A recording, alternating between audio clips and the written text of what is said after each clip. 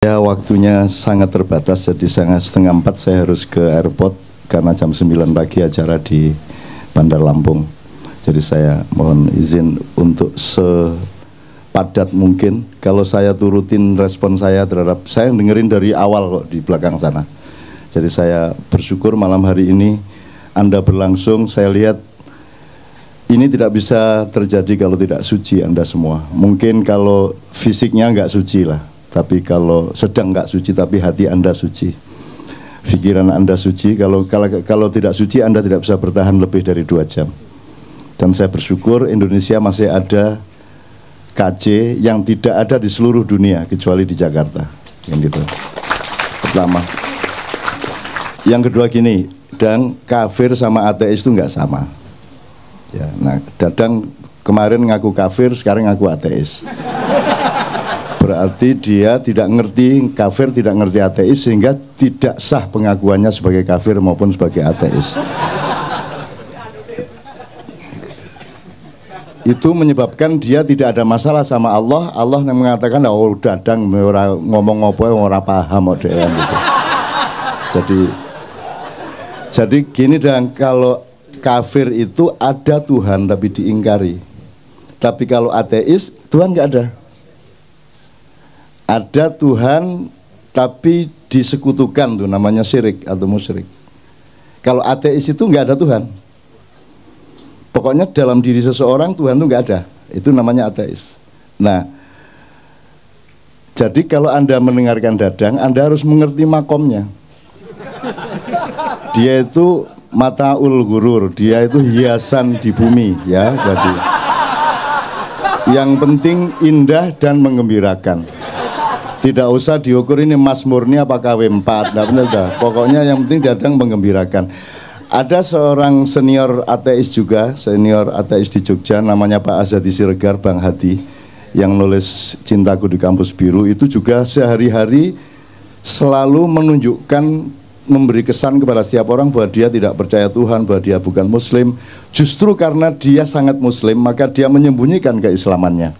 Bahkan dia mengatakan di Katipiro dalam sebuah diskusi, dia mengatakan, kan Muhammad bilang kalau tangan kanan berbuat baik, tangan kiri jangan sampai tahu.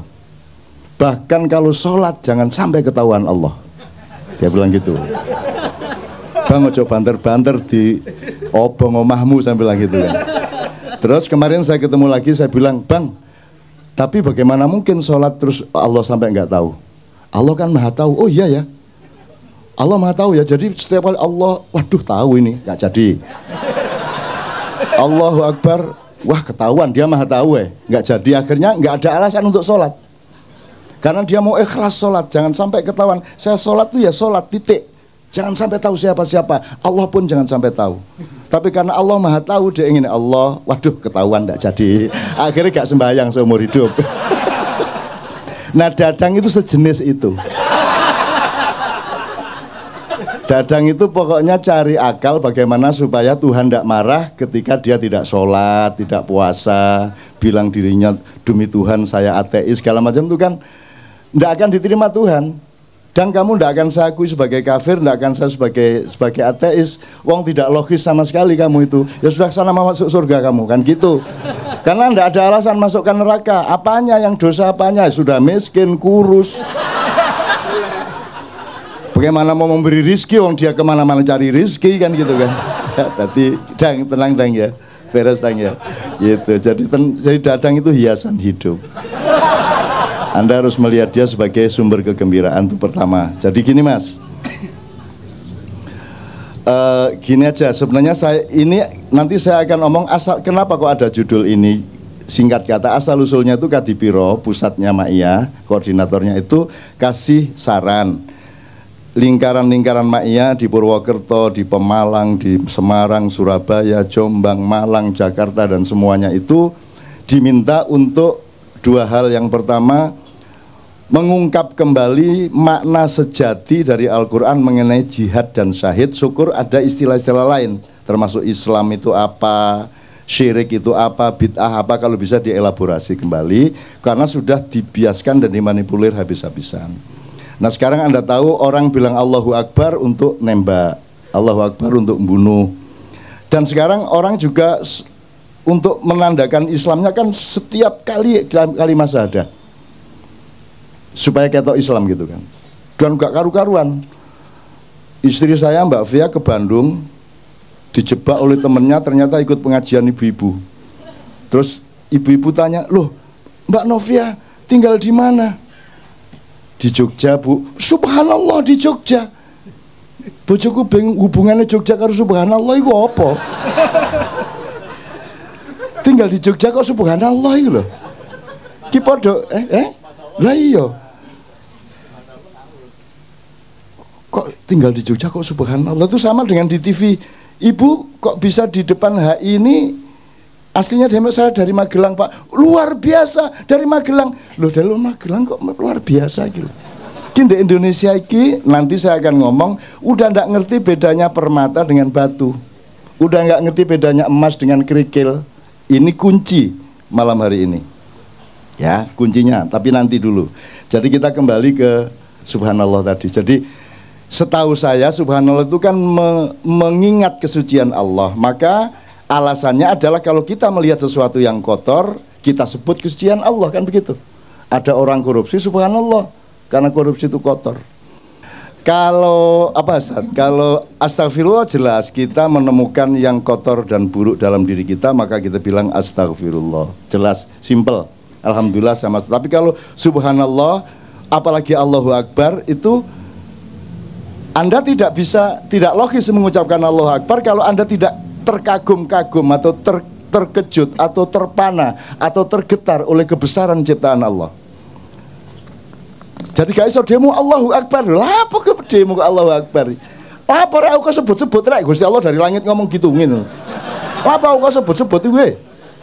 Kamu enggak kagum apa-apa kok mau bunuh orang kok Allahu Akbar. Allahu Akbar itu kan tadi terusannya Rabbana ma khalaqta hadza batila. Jadi Allahu Akbar itu puncak perintah Allah untuk meneliti dirimu sendiri, meneliti alam, meneliti kehidupan. Terus kamu menemukan kekaguman-kaguman luar biasa. Ya Allah, aku ini sudah mau jual rumah, udah nggak punya harapan. Loh ada loh teman yang nolong saya, Allahu Akbar. Kagum saya sama takdir Allah itu. Nah baru cocok Allahu Akbar. Maka kalau kamu Allahu Akbar, Allahu Akbar, Allahu Akbar, itu kamu disuruh meneliti 1 bulan, maka itikaf 1 bulan, berpuasa, mengambil jarak dari materialisme, mengambil jarak dari mainstream. Kamu selama berpuasa, akhirnya kesucian dirimu itu menemukan hal-hal yang dahsyat dari kehendak Allah dan ciptaan Allah. Maka kamu tidak sabar untuk menunggu mengucapkan Allahu Akbar gitu. Iki meneng-meneng Allahu Akbar. Ono apa Allahu Akbar? Iya nono ndas melaku dewe 5 ngono iku Allahu Akbar.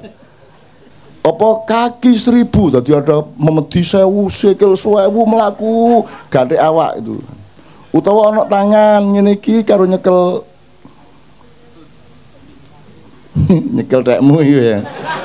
Di kamar ngene iki. Dan seterusnya lah gitu ya. Tapi saya nggak akan berpanjang, tapi intinya kalau kembali ke Mbak tadi, dia kan juga memaksudkan bahwa sesungguhnya Islam itu apa namanya bukan sesuatu yang tidak bisa mata mengandalkan Islam. Mata diandalkan untuk jadi gini, saya tuh nggak bisa nuduh si teman saya ini kafir. Wong saya nuduh dia muslim aja nggak bisa kok saya. Saya nggak punya data apapun mengenai dia. Saya bilang Ustadz muslim aja saya nggak berani kok. Jangankan saya bilang kafir, saya bilang dia muslim pun saya tidak berani. Jangankan dia, aku menyebut diriku muslim pun aku tidak berani. Karena itu prerogatifnya Allah untuk menilai aku ini muslim benar apa bukan. Lah kok saya menyebut diri saya muslim? Saya cuman berusaha. Saya berikhtiar, mudah-mudahan nanti lolos Allah. Lah kok saya ini ngafir-ngafir nondik ini. Itu namanya kafir. Orang yang mengkafir-kafirkan adalah orang kafir. Kenapa? Karena itu haknya Allah mengkafirkan. Karena Allah yang punya data, punya informasi, punya fakta, dan bisa melihat yang zahir maupun yang batin mengenai Islam tidaknya seseorang. Maka hanya Allah yang layak mengetahui seseorang itu muslim atau tidak muslim. Kalau ada orang mengatakan kamu kafir, itu berarti dia menutupi haknya Allah. Maka dia kafir, menutupi itu kafir. Makanya bahasa Inggrisnya cover bed, ya. Itu diambil dari bahasa Arab. Kafir itu asal usulnya petani. Petani itu disebut kafir karena pekerjaannya menutupi tanah dengan tanaman. Terus diambil untuk istilah teologi. Jadi kafir adalah orang yang menutupi kebenaran Allah. Apalagi nggak hanya menutupi, tapi mengklaim haknya Allah dipakai oleh dirinya. Itu kafir muakkad dan mughaladah. Kira-kira ngono ya, Rek ya. Jadi sekali lagi ya, makanya saya tidak pernah peduli Anda beragama apa. Anda otentik apa tidak gitu, Anda jujur apa tidak, begitu dok saya tahunya. Bagaimana saya tahu Anda Muslim? Apa mergo kupluan? Apa Anda Muslim? Sekarang itu Masya Allah sudah sampai ke situ, kita ditipu selama 500 tahun sampai 700 tahun. Itu nanti kalau ada waktu baru kita omongkan yang 500 tahun, 700 tahun, meskipun tidak perlu eksplisit. Kita saiki iki ana masjid iku ana tulisan yang belum khitan dilarang masuk masjid. Iki aku gak paham, kalau ada hukum kan harus ada prosedurnya. Harus ada perangkatnya, harus ada fasilitasnya. Terus carane ngecek uang wis sunat tagurung ku ya apa? Masuk masjid, masuk ruangan. Buka. Akhirnya suwe-suwe pegel, sampun Pak. Gendeng ta iki wong tak iki.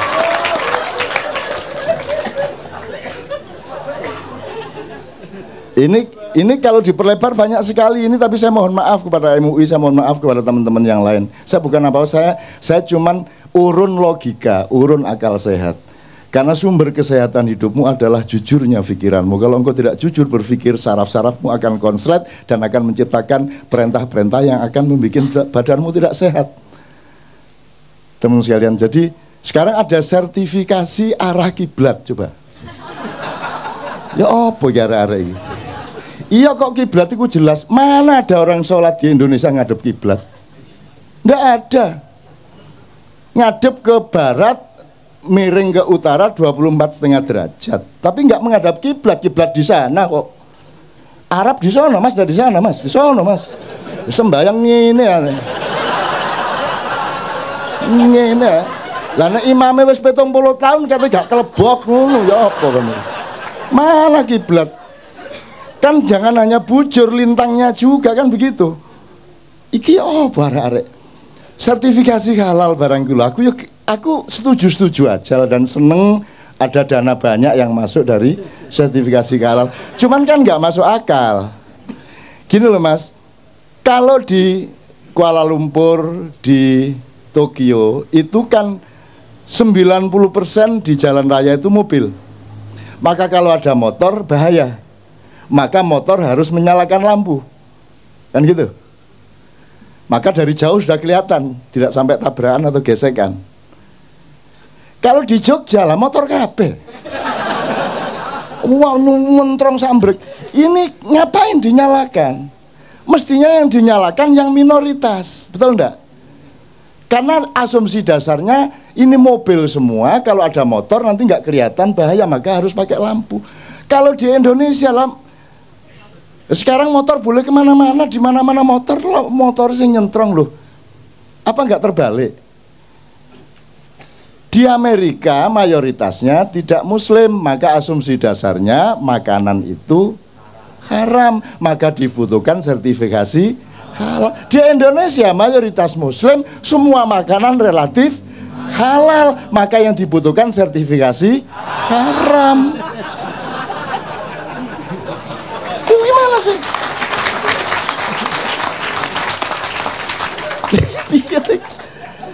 Ya tapi tidak apa-apa, wong dia ndak ngerti. Tuhan bingung, waduh gak paham. Engkau nyun sewu ketua MUI, kamu kok bikin begini? Kenapa? Kan seharusnya sertifikasi haram, kok halal? Loh ngoten ta? Mboten ngertos ya kula. Akhirnya masuk surga, wis mlebu wong gak paham kon gitu. Enak pokoknya. Jadi jadilah orang sebodoh-bodohnya orang, sehingga Anda tidak ada alasan pada dirimu untuk dimasukkan neraka. Begitu si siapa jenenge malaikat Malik mau menyeret, sebentar, apa ini kok saya dimasukkan neraka? Loh kamu dulu kan nandatangani surat sertifikat halal, seharusnya kan haram. Loh kok ngoten? Loh gini loh, terus Israel apa jenenge, terus malaikat ngekei makalah ini loh, lihat makalahnya gini. Ini seperti motor dan mobil, halal dan haram gini.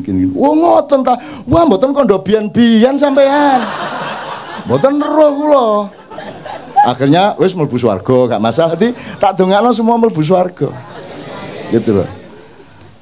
Kan iku karo swarga cek kepincurute kan iku. Swarga karo Indonesia iki padha. Wis ngene iki swarga iku kira-kira. Pokoke angger atimu ngene iki berarti wis swarga. Gitu loh, tenang aja. Bahkan di sana nanti agak masih meragukan saya itu. Arep dangdut tuku kaset ning ndi?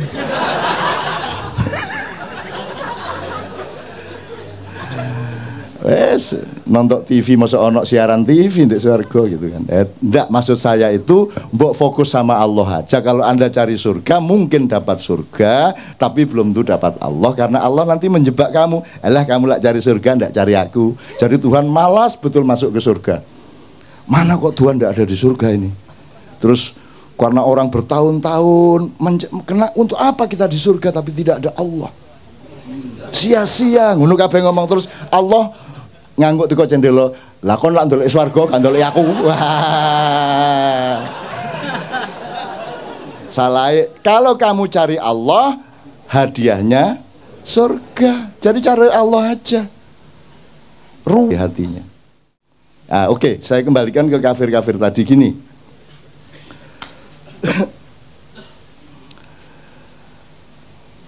Kan tadi Tuhan tidak ada, Tuhan ada tapi diingkari, Tuhan ada tapi disekutukan. Kira-kira 3 itu ya. Mungkin ada variabel-variabel.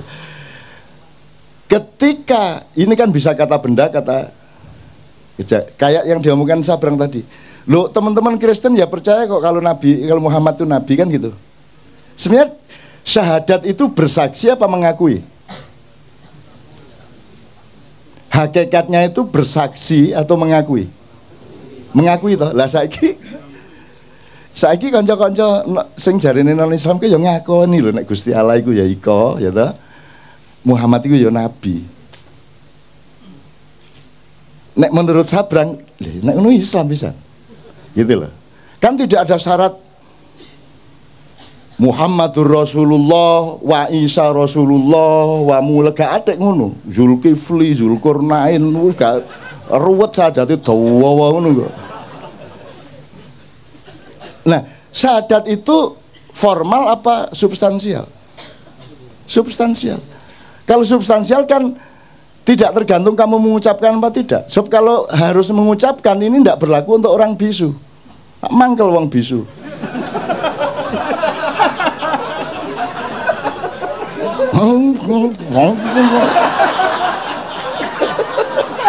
Kamu itu ya sadis. Berdebat yang ndak mengenai tahiyat. Akhirnya saya berpihak kepada orang yang tidak nduting. Dah, mau apa kamu? Karena ndak punya driji. Lah mangkel sih nggak di driji mas. Ngene hari ini. Sing kene berdebat ngene, tang ngene. Waduh.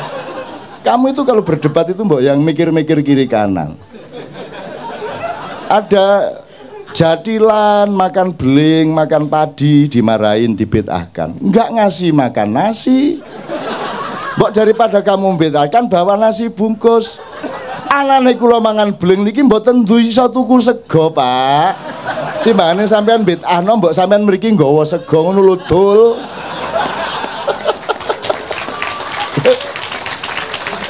Jadi orang tidak pernah berpikir agama dengan dimensi sosial. Orang tidak pernah berpikir agama dengan dimensi budaya. Orang tidak pernah berpikir agama dengan dimensi psikologi, hati, nurani, perasaan. Itulah sebabnya ada anjuran dari Jogja mbok diomongkan itu soal jihad syahid. Perspektifnya adalah mana rahmatan lil alaminnya ini? Mana ini rahmatan lil alaminnya ini? Mana? Di Timur Tengah sampai Sumba, sampai mana rahmatan lil alaminnya mana? Loh kalau Islam bukan rahmatan lil alamin itu terus Islam cap apa? Cap gomek. Gitu loh. Pokoknya di Jogja 17-an besok judulnya Rahmatan lil Alaminnya mana? Gitu judulnya. Karena di sana kurang intelektual, kurang akademis. Kalau di sini kan ateisme agama. Gitu. Nah di Jogja Rahmatan lil Alaminnya mana? Ngono ceritanya. Nanti bulan depan mudah-mudahan bisa kita informasikan ini kita sedang memasuki gerbang Rahmatan lil Alamin, tetapi Anda harus lebih menderita paling tidak 10 tahun lagi. Tidak apa-apa. Dan nanti ada yang lebih parah dari Jokowi. Ada yang lebih parah dari yang sekarang Anda gelisah dan cemas. Anda harus siap. Anda harus siap, orang maknya harus siap bahwa hidup ini tidak sama dengan yang kamu inginkan, tidak sama dengan yang kamu pikirkan. Bahkan hidup ini berlangsung sebagaimana yang kamu paling benci dan paling jijik. Mau apa kamu? Terus berdoa kamu sama Tuhan. Terus Tuhan bilang, apa dungo-dungo nek pas susah dungo kon yo. Engko nek wis oleh duit langsung nang kafe. Gak dungo nang aku gitu. Ya Tuhan sih nggak ngomong gitu, itu kan cara saya merepresentasikan Tuhan sih tan kinoyo ngopo tan kino kiniro ya laisa kamitsli syai'un. Jadi tidak mungkin saya menggambarkan Tuhan, itu gambaran saya tentang Tuhan. Jadi sama dengan ateis itu tidak ada, yang dia tolak itu bukan Tuhan, yang dia tolak itu ya informasi tentang Tuhan yang sampai ke dia. Dia kecewa sama ISIS, dia kecewa sama penipuan demokrasi, dia percaya sama kilang minyak dihabisin oleh Amerika di seluruh Timur Tengah gitu ya. Dia kecewa sama Freeport gitu ya. Akhirnya karena semua atas nama Tuhan, Allahu Akbar, dor, Allahu Akbar, jriet gitu ya. Akhirnya dia benci dan tidak mengakui Tuhan. Yang diakui bukan Tuhan, yang diakui adalah yang seolah-olah Tuhan yang sampai ke dia. Jadi cara orang Islam memperkenalkan Tuhan kepada dunia itu yang membuat orang di dunia menjadi tidak simpati kepada Islam. Kira-kira gitu loh Mas ya. Nah, kalau kita agak sedikit saja shortcut, misalnya kasusnya Tuhan tidak ada. Kalau di Indonesia kan ini tidak terjadi. Tuhan ada toh. Meskipun cuma diambil sifatnya gitu ya. Tuhannya juga agak sedikit tersinggung ini sama Pancasila. Loh, ini kan satu-satunya negara yang bertuhan. Tuhan apa? Cari Tuhan gitu. Tuhan apa? Ketuhanan kok Tuhan. Emang sama putih sama keputihan. Ngono kuwi. Enak aja loh gitu. Mana Tuhannya? Kan ketuhanan. Yang kamu ambil cuman sifatku, tapi bukan diriku. Sana berdoa sama sifatku sana, tidak kepadaku. Wah, nek Gusti Allah ngomong piye? Kamu hanya suka manisnya tapi kamu tidak mengakui gulanya. Ngono rek. Kamu hanya butuh hangatnya tapi kamu tidak ingat listriknya. Kamu tidak ingat api. Ketuhanan diambil sifatnya tok. Ibarat sapi dijupuk buntute tok wancane dodol sop buntut. Dadi ana sapi liwat cetok cekrek. Sapi liwat cetok gitu kan. Tuh, nyeneng lah orang Indonesia ini. Media masanya dia dulu tuh ya kerjanya motong sop buntut itu. Pokoknya dari sapi yang diambil buntutnya, kan karena laku buntutnya. Jadi dari wanita yang diambil pantatnya sama susunya. Dangdut yang begitu. Dangdut kan pertama penting pemain musiknya bareng-bareng, lama-lama untuk apa musiknya? Oh, yang penting penyanyinya. Akhirnya musiknya cukup apa? Tape recorder ya gitu ya. Oke. Setelah itu lama-lama untuk apa? Penyanyinya, oh yang penting pantatnya. Goyang ini, goyang itu gitu. Akhirnya raine gak penting. Jadi suatu hari pertunjukan Branduki mek ono bokong tok kayak bokong. Ada bunyi musik terus bokong muter. Terus nggak penting perutnya, nggak penting ini, pokoknya ono bokong. Jadi kita tuh makin lama makin memperhinakan diri, mempersempit diri, mengkotak-kotakkan diri seperti itu teman sekalian. Oke, senengnya oleh bokong. Lah ya daripada repot-repot tuh nggak penting kok, wajahnya ini nggak penting toh. Dulu zaman awal dulu Wajahnya ini enggak penting kok, wajahnya kayak apapun enggak masalah, yang penting pantatnya ngebor. Kan begitu. Jadi nek ngono ya wis lah, bokonge wis. Dadi nek iso TV ku pokoke nek syuting bokonge tok. Dadi bokong tok apik itu. Mbok sudah pragmatis seperti itu. Tuh. Nah, oke, sekarang agak lebih serius dikit. Saya coba potong-potong. Kalau Tuhan tidak ada kan tidak terjadi di Indonesia. Pokoknya ele-ele pokoknya anggap Tuhan ada. Sekarang Tuhan ada tapi diingkari. Atau Tuhan dianggap tidak ada. Variabelnya ya. Kalau ada sebuah rapat anggaran dan Tuhan tidak diingat oleh orang yang rapat anggaran, berarti ateis itu rapat. Benar nggak? Kalau ada presiden mengambil keputusan dan selama dia memproses kemudian mengambil keputusan itu dia tidak melibatkan Tuhan sebagai pertimbangannya, berarti ateis dia. Karena ateisme itu sebenarnya adalah dinamika kata kerja. Kapan ada Tuhan, Anda tidak ateis. Kapan Tuhan tidak Anda libatkan, berarti Tuhan tidak ada, Anda tidak libatkan. Nah sekarang saya tanya sama Anda semua, kadar ateisme politik kita itu seberapa?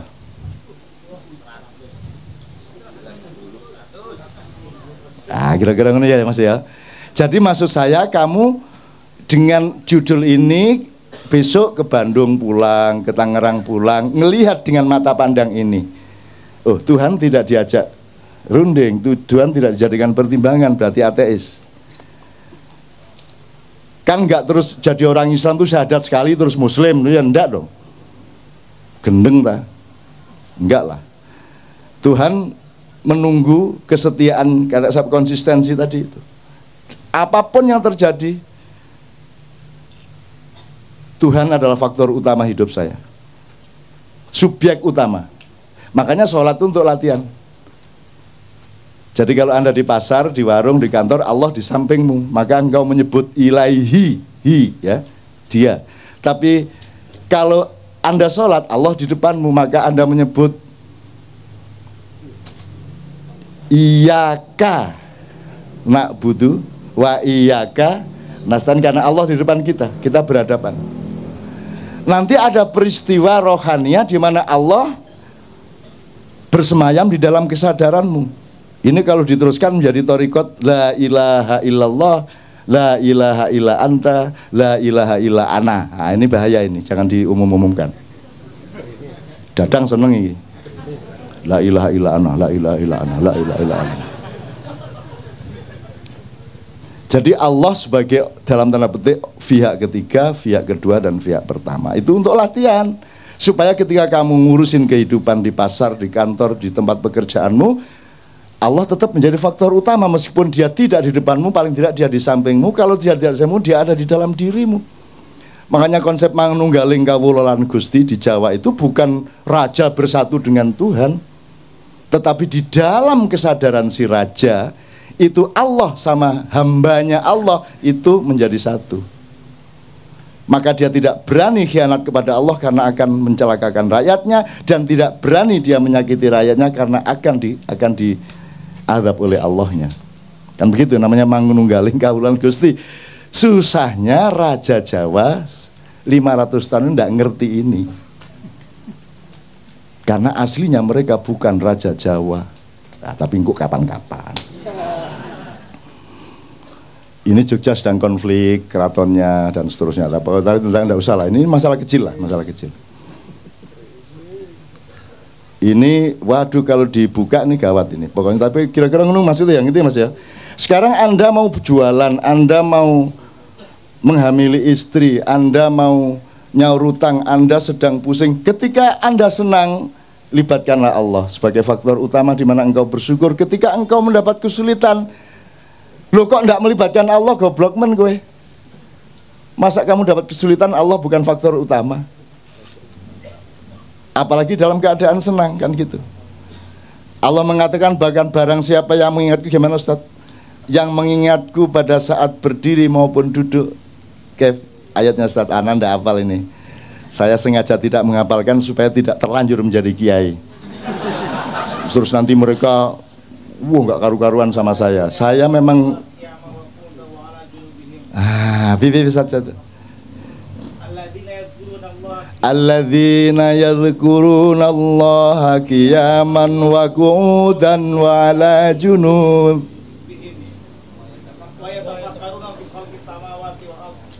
Loh toh, jadi Anda sekarang tahu toh bahwa yang di panggung jangan dianggap lebih soleh daripada yang di bawah panggung.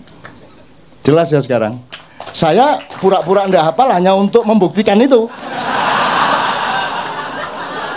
Padahal ya ora hafal gitu. Jadi ada gunanya orang ndak hafal Quran itu supaya dia rendah hati. Salah satu bahaya orang hafal Quran adalah dia menjadi tinggi hati. Saya tidak mengatakan jelek, bagus. Tapi jangan kehilangan kerendahan hati. Kamu mentang-mentang punya ayat, tahu ayat ini, kamu menjadi tinggi hati. Ini ilmu maknya dasar kok. Orang pinter jadi sombong, orang kaya jadi sombong, orang berkuasa jadi sombong. Sekarang yang paling bahaya, orang alim, orang soleh, hafal Quran, pinter qiraah, ngerti ayat hadis, menjadi sombong. Sombongnya mungkin tidak kelihatan di wajah dan badannya, tapi terasa dari hatinya. Kadang-kadang ketok moto nek wis qiraah iku ngene. A'udzubillahi minasyaitonirrajim. Bismillahirrahmanirrahim. Awas kalau tidak kagum, awas kalau tidak kagum, awas kalau tidak memuji saya, awas. Saya tidak bisa ngeklaim, Allah yang boleh ngeklaim, tapi saya boleh merasakan. Perasaan saya mungkin salah, tapi saya pantulkan mungkin kesalahan itu. Syukur Anda menjumpai kebenarannya. Saya tidak pernah mengatakan bahwa yang saya omongkan benar. Kita itu sama-sama mencari kebenaran terus-menerus. Kapan-kapan saya pernah menjelaskan bener piye jane. Itu ya teman sekalian ya. Oke, sekarang gini. Waktunya habis kira. Udah jam 3 pas. Gini. Ada Allah, tidak mengakui Allah, ada Allah tapi mengingkari Allah, ada Allah tapi menyekutukan Allah. Itu kan nanti diterjemahkan secara nilai dari filosofi, akidah, filsafat, moral, sampai aplikasi sosial, sampai hukum, sampai segala macam. Kalau seorang hakim memutuskan tok itu tidak ada Allah dalam file pikirannya, itu ketukan palu ateistik. Jelas toh? Kan begitu rumusnya tadi. Karena ini luar biasa. Ini apa namanya? Apa kuwi jenenge pra peradilan ini diterima apa tidak? Itu kan penting banget itu. Kalau Allah tidak terlibat di situ berarti ateis gitu ya kira-kira. Sekarang saya tanya, kalau dikebawakan lagi, kalau ada Allah berarti Anda secara moral jujur apa tidak jujur? Kalau ada Allah. Kalau secara ilmu objektif apa tidak objektif? Kalau secara olahraga sportif apa tidak sportif? Kalau secara hukum adil atau tidak adil? Kan sebenarnya sama semua itu. Yang namanya suci itu kalau dalam hukum adil. Kalau dalam olahraga sportif itu suci, benar-benar suci.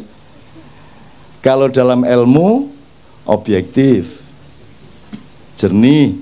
Kalau dalam kesenian pas ya Ben ya, mana Ben? Kalau pitch-nya do ya do. Kecuali kepentingan estetiknya menyuruh do-nya naik dikit atau turun dikit dalam sifat-sifat pentatonik misalnya. Jalan ya oke. Insya Allah di sini ya, dari tadi saya di belakang 2-3 jam di sana, dan saya lihat ini teman-teman jujur amat ya, suci mereka ini. Dan malaikat sudah Anda perintah untuk melindungi Anda, karena malaikat itu kan fungsinya ya'malu ma yu'marun, mengerjakan yang diperintahkan. Ustadz, siapa yang punya hak memerintah malaikat? Allah. Manusia boleh enggak? Tolong kapan-kapan antum jelasin ya. Siapa ahsani takwim? Manusia. Siapa yang diberi hak khilafah? Manusia. Malaikat di bawah manusia atau di atas manusia dalam soal otoritas khilafah? di bawah manusia. Jadi Anda bisa perintah malaikat. Loh, ini beneran. Anda coba pelajari siapa aja. Anda jangan pikir malaikat Jibril, Mikael, Israfil, Israel, Sakharatus Samsi, Mungkar Nakir. Loh, mosok malaikat mek 10 rek. Ngurusi saene kayak malaikat mek 10 ya apa sih? Ya gak mungkin terus jadi Israel itu pencolotan. Wah, jabut kene, jabut kono. Wah, melayu nang Ukraina, jabut. Wah, melayu nang Australia, jabut meneh. Balik nang Pakistan, jabut. Wah, jabut. Lagi kene kate jabut. Wah, ana bom, wah melayu nang bom. Gendeng ta? Lah nek malaikat situ lah, but. Gila kamu itu. Ustaz, tolong kapan-kapan jelaskan, bulan depan jelasin, syukur ini epistemologi Qur'aniyah dan Arabiahnya. Jadi kalau Malik itu raja, subjek, kalau muluk itu kekuasaannya, tapi unsurnya sama, mem atau m, l, lam, kaf. Malaikah itu unsurnya juga m, l, k. Malaikah itu rentangan kekuasaan Allah. Jadi malaikat itu institusi. Jadi Israel itu punya dirjen, punya kepala-kepala dinas, punya petugas-petugas lapangan. Lakuan iku nuduh Israel ki jenan mateni wong sakno kae. Bayang nek sing dibom mati 60 orang lah.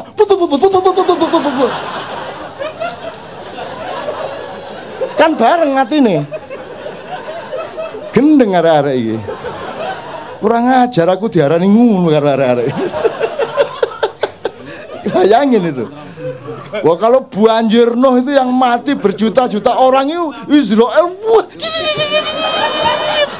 Wah, speed tinggi pokoknya. Wah, itu reme mbuh piro itu. Gimana sih? Malaikat itu institusi. Gitu loh. Ada Perdana Menteri namanya Jibril, menteri ini namanya Mikael, menteri penerangan namanya Israfil. Masa Israfil ini trompet terus masa diciptakan Allah bermiliar-miliaran penggaweane mek ngene ya. Gendeng arek iki. Mbok pikirannya hidup. Nah, ini kan Anda berlatih untuk ludeng akalmu, betul enggak? Di sini ludeng enggak pikirannya? Aku tanya, di tempat mana yang kamu bisa ludeng semerdeka-merdekanya tapi tulus seperti di sini? Begitu kamu ke kantor, bisa kamu mikir gitu? Kebuntu kan gitu kan? Di sini Anda ludeng lah ya. Terus nodoh Israfilku penggaweane trombon. Gendeng arek-arek. Itu berarti dia yang melakukan, dia sound system. Dia loudspeaker of all information from Allah. Kan gitu. Jadi informasinya gak mek tuet-tuet tok. Engko dhek terus usul, Gusti Allah mbok kula nyuling barang. Mosok nrompet tok itu kan. Engko dhek gawe proposal. Wah niku enten gamelan kula nggih tak ngegong ah. Arek-arek iki lho. Gimana ulama-ulama ini jelasin Islam ya Allah? Kok tidak boleh berkembang akal sehat itu? Gitu loh. Itu berarti dia yang menjadi duta informasi. Jadi al-khabirnya Allah itu melalui Israfil. Tapi khususan untuk Muhammad surat sakti itu Jibril langsung Perdana Menteri gitu loh. Terus saiki mergo wis gak ono wahyu, Jibril nganggur. Ngene iki.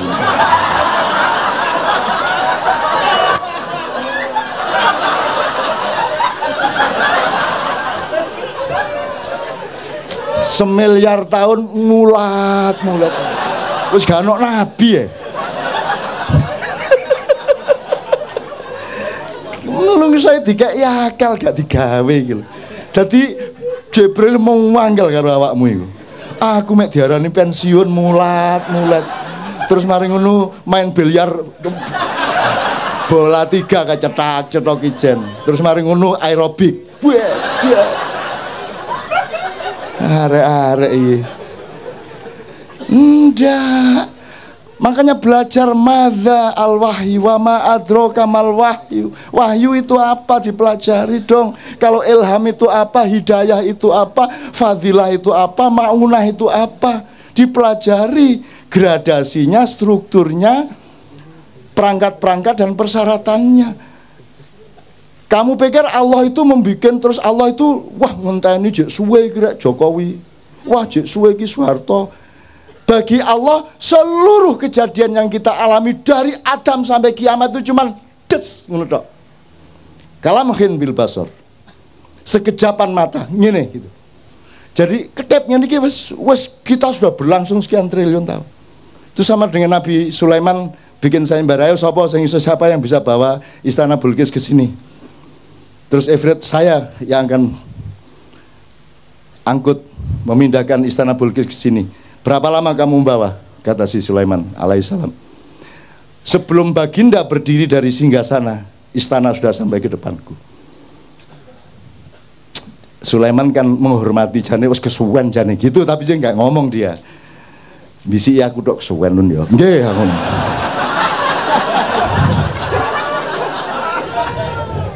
Akhirnya muncullah Asif bin Barkhiyah. Ya baginda, sebelum baginda selesai berkedip istana sudah di sini. Terus Sulaiman gurung jawab, sudah di situ istananya. Jadi jin kalah sama manusia jauh. Dan malaikat disuruh Allah taat kepada khalifah.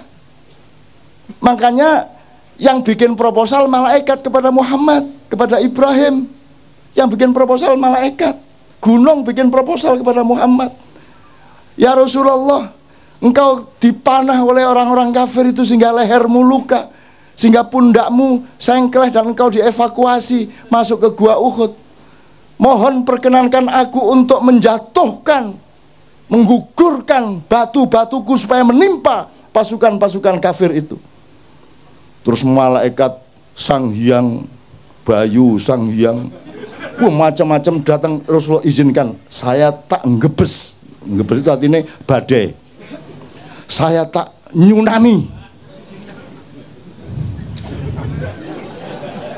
Macam-macam bahasa nih. Terus ruang sana nek malaikat cara apa? Kamu pikir siapa yang mengajari malaikat ngomong? Tahu benda ini, benda itu. Ustaz, apa ayatnya? Adam diajari Allah, Adam mengajari malaikat. Jadi karena kejadian air yang naik ke darat itu namanya tsunami, ya ada yang ngomong, "Kula tak nyunami nggih Kanjeng Nabi," ngono. Wah, aku krungu dhewe rek. Pokoknya menawarkan bikin proposal mohon izin kepada Muhammad SAW untuk ikut membantu Muhammad menghancurkan orang-orang kafir. Muhammad mengatakan, tolong jangan lakukan. Sebab kalau Allah perintahkan pasti dia juga perintahkan saya, kamu akan saya suruh, tapi jangan lakukan. Karena aku sudah terlanjur mendoakan agar yang melukai saya tadi nanti punya cucu menjadi pemimpin Islam. Gitu loh. Jadi kalau orang utang tidak bayar-bayar, doakan ya Allah, jadikanlah anak dia bisu-bisu orang yang murah hati memberi uang sebanyak-banyaknya kepadaku. Ngono. Wong ditagih gak kena, ya toh?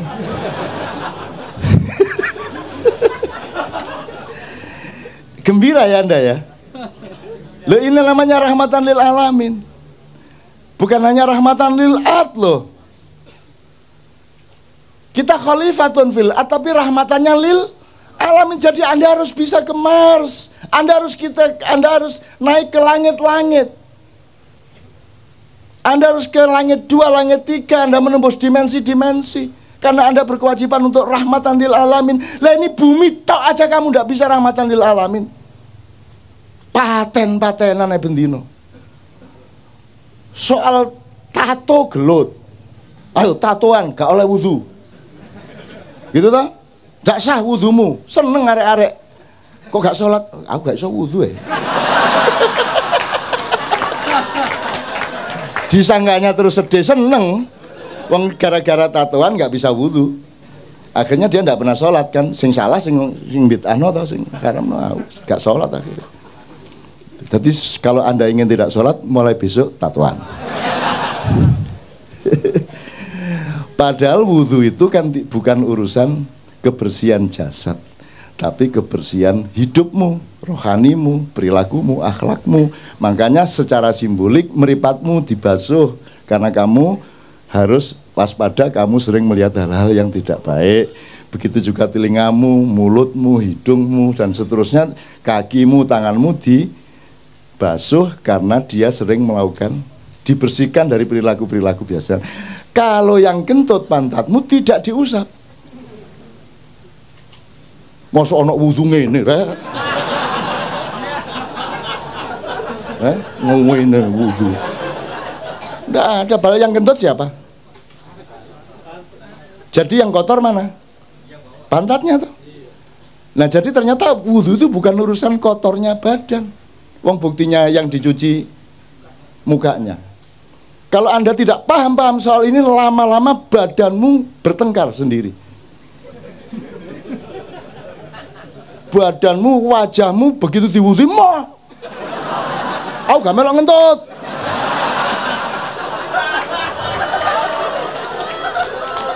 Terus ngene, iya. Ku, selet iku sing ngentut dudu aku e.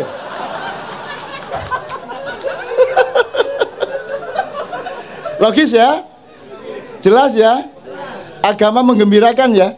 Paling tidak menjadi rahmatan lil alamin pada dirimu, pada keluargamu, wis alhamdulillah. Kalau itu sudah kamu alami setahun 2 tahun, kamu adalah rahmatan lil alamin bagi tetanggamu, bagi semua yang ketemu dengan kamu. Kalau Anda sudah mendapat cahaya, lama-lama Anda menyatu dengan cahaya, lama-lama Anda menjadi cahaya. Kalau Anda sudah menjadi cahaya, tidak perlu bersinar. Tak terus gendeng kan. Kalau Anda sudah bersatu dengan Allah, Anda tidak butuh iman. Gendeng lagi. Terus YouTube MH tidak butuh iman. Wah, mono titik 2.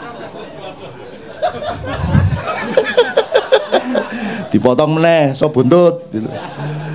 Maksud saya, iman itu kan jalan, jembatan untuk kamu berjumpa, supaya kamu tidak ragu-ragu terhadap perjumpaan denganku, kata Allah. Maka kamu menyatu dengan Allah. Kalau kamu hidupmu sudah terus-menerus ludeng Allah dan kamu secara dialektis, kamu tidak butuh iman lagi. Loh, ngarepe ngono iku. Ojo terus MH anti iman. Gendeng arek-arek iki.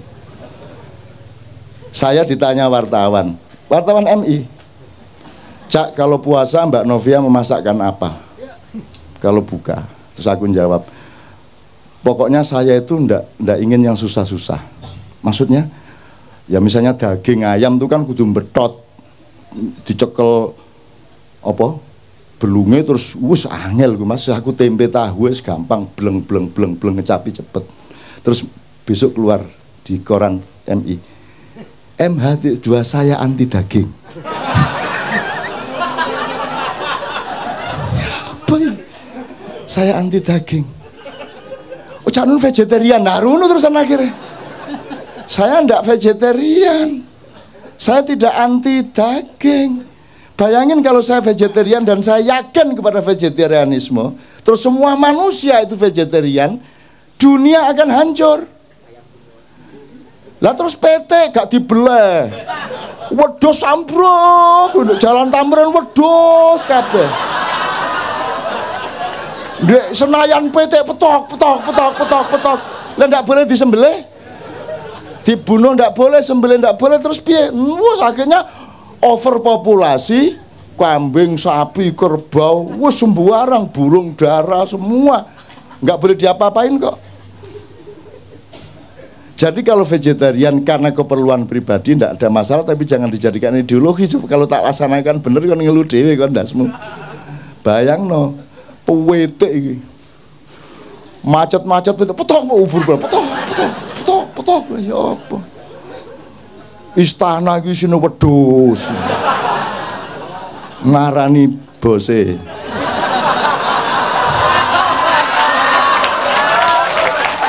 Ngono upamane ya. Oke, sekarang saya tanya, iki wis entek waktune rek aku wis kudu nang airport iki rek. Oke. Anda di sini jujur, insya Allah ya. Berarti Anda sama Allah kompatibel, luding dia pada Anda, ya. Sekarang saya tanya, kalau di rumah berapa persen bisa jujur? Di rumah tanggamu sama istri, sama suami, sama anak, berapa persen bisa jujur? Nggak usah kamu jawab, cukup di batin. Ya. Begitu kamu ke kantor, berapa persen jujurnya? Kamu kalau jujur di kantormu, hancur apa jaya? Kalau kamu jadi anggota DPR, dibutuhkan kejujuran berapa persen? Mana yang lebih dibutuhkan, kejujuran atau kekejaman? Mana yang dibutuhkan, kesantunan apa ketegaan hati? Jadi di negara ini, di mana tempat kejujuran? Di mana tempat kesucian? Di mana tempat kemurnian? Di mana tempat objektivitas? Di mana tempat keadilan? Hanya di sini. Pas Jumat kedua tok. Nanti pulang ya nggawa gak jujure dhewe. Ngerti teman sekalian ya? Bisa Anda teruskan negara yang tidak ada tempat untuk kejujuran? Bisa Anda teruskan? Apa yang salah sebenarnya? Ini negara atau bukan? Ini pemerintah atau bukan? Oke, tak singkat ya, itu jawaban dewe. Sampai kapan kamu bisa meneruskan keadaan seperti ini? Gini aja, terakhir. Salah satu parameternya gini. Parameter orang ingkar sama Allah, parameter orang mentiadakan Allah, menganggap Allah tidak ada, itu salah satunya adalah juga tidak mengakui hakikat ciptaan Allah. Misalnya Allah menciptakan batu, kerikil, kerakal, watu, aki enggak sih? Ya. Fosil kayu ta sakar bungkus sih. Batu mulia itu apa saja?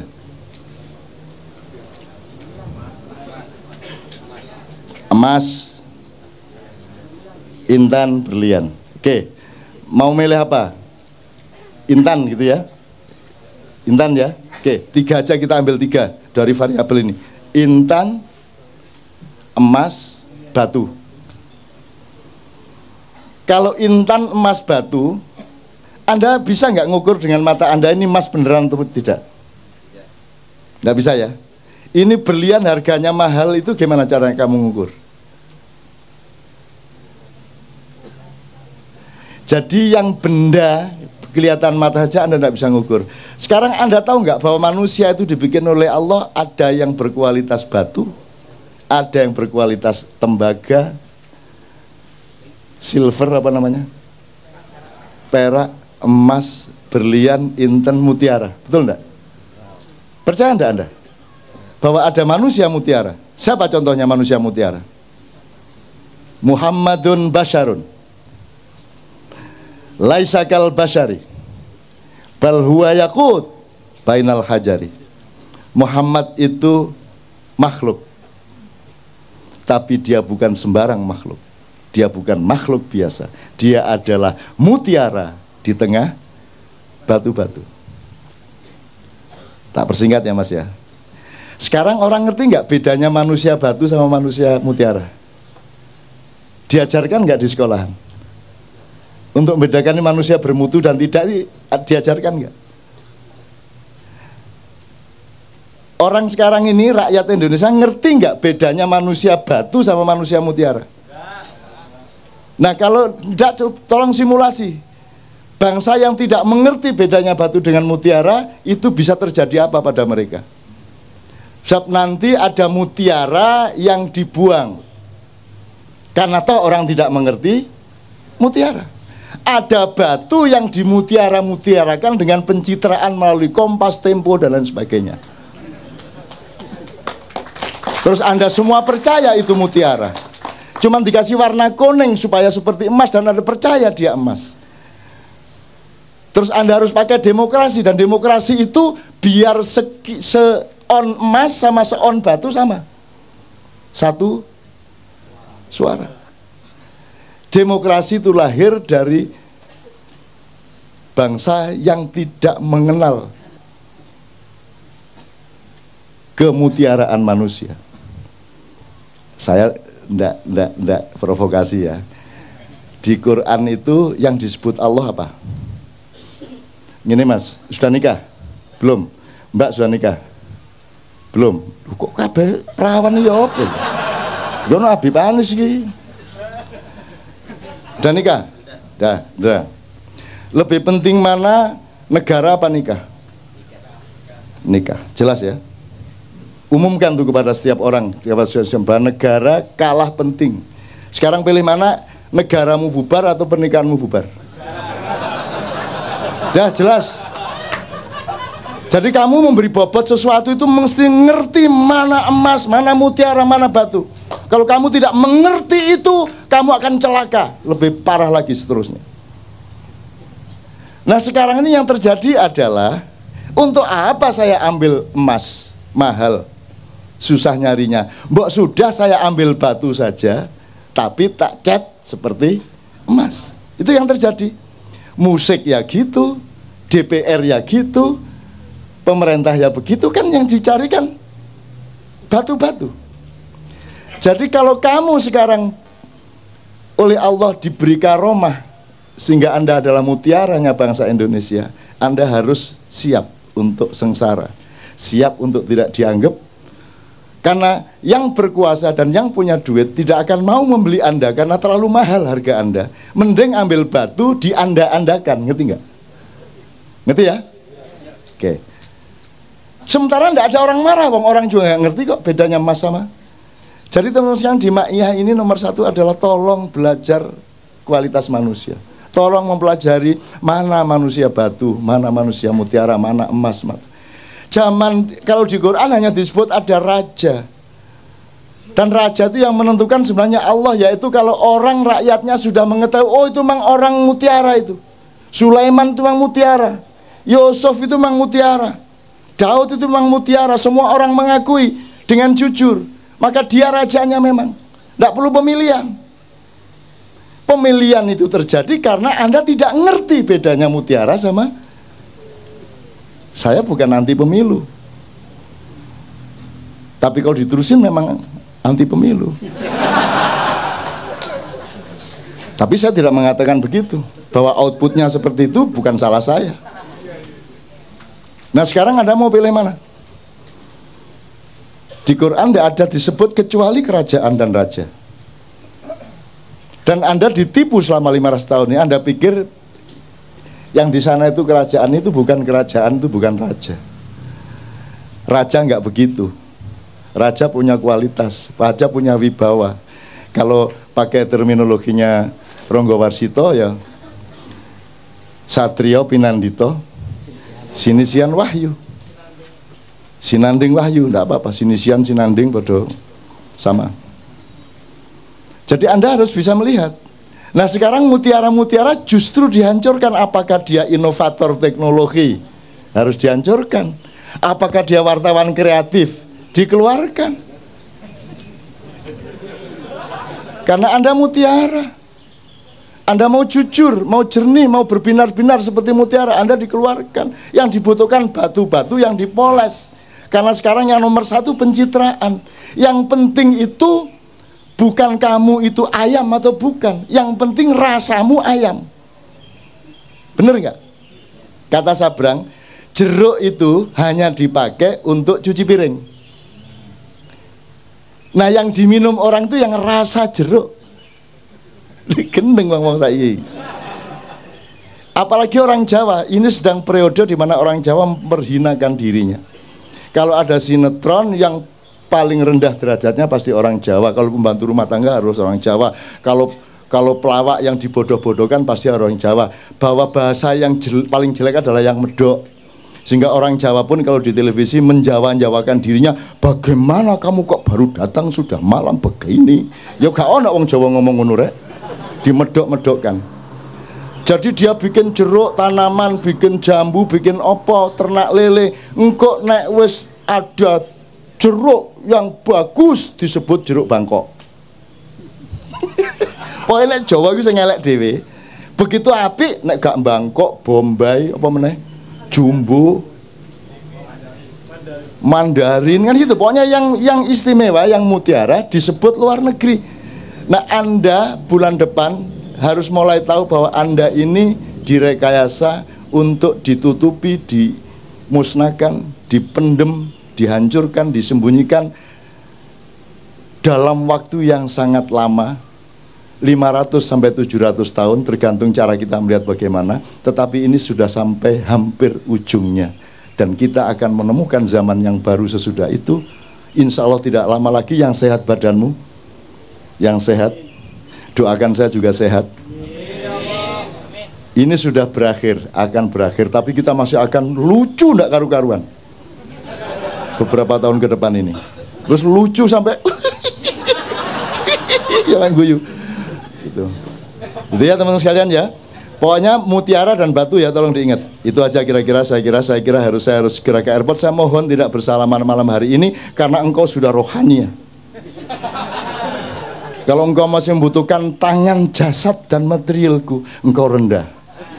Tapi karena engkau dan aku sudah mengalami pertemuan rohaniah yang agung, maka tidak perlu bersalaman secara langsung. Itu caranya mergo kati kepingin cepet-cepet. Loh ya kan gitu, orang hidup kan mesra ya kalau begitu kan. Ya kan berarti aku sudah menyalamimu ini sekarang. Gitu ya. Tak doain semua Anda di sini akan oleh Allah dibuka seperti Rasulullah dibuka oleh Jibril dada dan kepalanya. Amin. Hidupmu akan semakin terbuka. Kapan Anda butuh, Anda dapat dari Allah. Kapan Anda ada kesulitan, langsung Anda ketemu kemudahannya. Amin ya rabbal alamin. Saya mohon kita semua berdiri, Ustaz, mohon didoakan.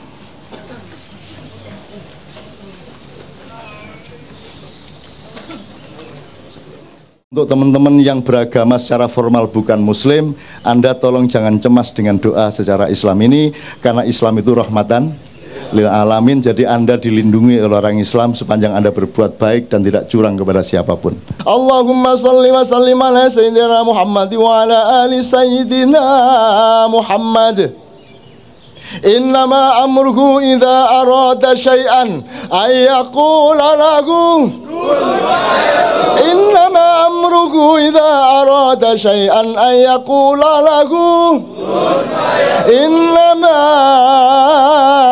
amruhu idza arada syai'an ay yaqula lahu kun fayakun. Anda dan dari darah Anda serta dari konsentrasi hati Anda. Allahumma sholli wa sallim ala sayyidina Muhammad. Untuk teman-teman yang beragama secara formal bukan muslim, Anda tolong jangan cemas dengan doa secara Islam ini, karena Islam itu rahmatan lil alamin. Jadi Anda dilindungi oleh orang Islam sepanjang Anda berbuat baik dan tidak curang kepada siapapun. Fadhil Ustaz. Al-Fatihah. A'udzubillahi minasyaitonir rajim. Bismillahirrahmanirrahim. Alhamdulillahirabbil alamin arrahmanir rahim maliki yaumiddin. Iyyaka na'budu wa iyyaka nasta'in ihdinas siratal mustaqim siratal ladzina an'amta 'alaihim. Astaghfirullahalazim astaghfirullahalazim astaghfirullahalazim. Allahumma shalli ala sayyidina Muhammad wa ala ali sayyidina Muhammad. Allahumma taqabbal minna salatana wa siyamana wa ruku'ana wa sujudana wa qu'udana wa tadarru'ana wa tahassu'ana wa tamim taksirana ya Allah ya rabbal alamin. Allahumma antas salam wa minkas salam wa alaika ya'udus salam fahayyina rabbana bisalam wa adkhilna jannata darus salam tabarakta rabbana wa ta'alaita ya dal jalali wal ikram. Ya Allah ya Rahman ya Rahim, ya Malik ya Kudus ya Salam, ya Mu'minul Muhaiminul Azizul Jabbarul Qahhar.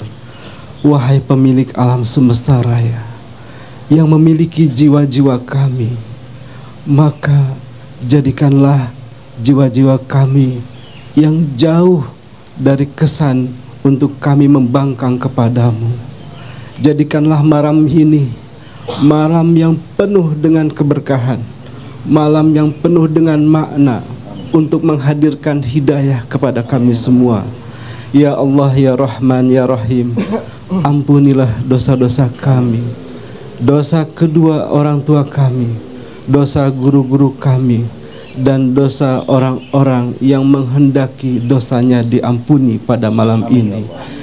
Oleh karena itu ya Allah, bukakanlah pintu hidayah, inayah, dan karomah kepada kami yang jujur pada malam ini. Ya Allah ya Rahman ya Rahim, Karena itu perkuatlah cinta kami kepadamu. Ana uhibbu ilaika ya Rabb, nahnu nuhibbu ilaika ya Rabb. Kami tidak mampu mengukur apa yang kami bisa perbuat untuk kami bisa diterima oleh Engkau. Tetapi yakinlah bahwa pada malam ini kami sesungguhnya mencintai Engkau dengan cara apa yang bisa kami lakukan. Ya Allah, ya Rahman, ya Rahim, bukakanlah apa yang mesti dibukakan, dan itu baik untuk kami. Tutuplah apa yang mesti ditutup, karena itu tidak baik untuk kami. Ya Allah, ya Rahman, ya Rahim, di bawah bimbingan pembimbing kami Kiai Cak Nun, insya Allah mudah-mudahan kita semua mendapatkan makna pada hari ini dan dihadirkan kembali dalam satu kehadiran yang penuh dengan kerinduan. Amin. Panggillah kami dalam kerinduan yang penuh dengan kerinduan kepadamu ya Rob, untuk kami bisa bertemu denganmu dalam satu ucapan, salamun qaulam mir rabbir rahim. Rabbana zalamna anfusana wa illam taghfir lana wa tarhamna lanakunanna minal khasirin. Irhamna ya arhamar rahimin, irhamna ya arhamar rahimin, irhamna ya arhamar rahimin. Rabbana atina fid dunya hasanah wa fil akhirati hasanah wa qina azabannar. Subhana rabbika rabbil izzati amma yasifun wa salamun alal mursalin walhamdulillahi rabbil alamin. Al-Fatihah. A'udzubillahi minasyaitonir rajim. Bismillahirrahmanirrahim. Alhamdulillahi rabbil alamin arrahmanir rahim maliki yaumiddin iyyaka na'budu wa iyyaka. Teman-teman sekalian, 2 menit. Insya Allah karena Anda sudah mempersembahkan kesucian hati, kejujuran pikiran, kearifan budaya, dan kesabaran mental selama 8 jam penuh untuk umat manusia, untuk bangsa Indonesia, untuk makna rahmatan lil alamin, maka insya Allah Anda sekarang punya hak untuk memohon khusus untuk keperluan Anda pribadi dan keluarga, atau apapun yang menyangkut kehidupan Anda. Bayangkan, renungkan, dan ucapkan di dalam hati masing-masing apa yang Anda perlukan dari Allah. Anda mohonkan kepada Allah. Mudah-mudahan Allah tidak tega untuk tidak mengabulkan, karena Anda telah membuktikan cinta Anda yang luar biasa, kesabaran yang luar biasa demi umat manusia, demi bangsa Indonesia, demi rakyat, dan rahmatan lil alamin. Semua nanti ucapkan kun fayakun supaya Allah mengabulkannya betul. A'udzu billahi minasy syaithanir rajim.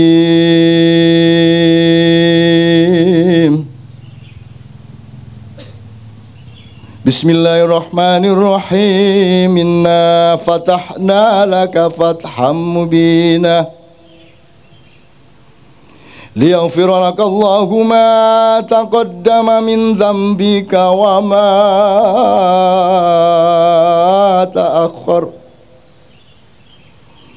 wa yutimma ni'matahu 'alaika wa yahdiyaka siratan mustaqima wa yansuraka Allahu nasran aziza. Allahumma salli wa sallim ala sayyidina Muhammad wa ala ali sayyidina Muhammad. Innama amruhu idza arada syai'an ay yaqula lahu innama amruhu idza arada syai'an ay yaqula lahu innama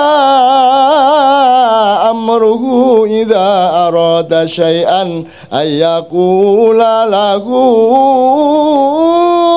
kun fayakun. Fasubhanalladzi biyadihi malakutu kulli syai'in wa ilaihi turja'un. Rabbana atina fid dunya hasanah wa fil akhirati hasanah wa qina adzabannar. Subhana rabbika rabbil izzati amma yasifun wa salamun alal mursalin walhamdulillahi rabbil alamin. Al-Fatihah. A'udzubillahi minasyaitonir rajim.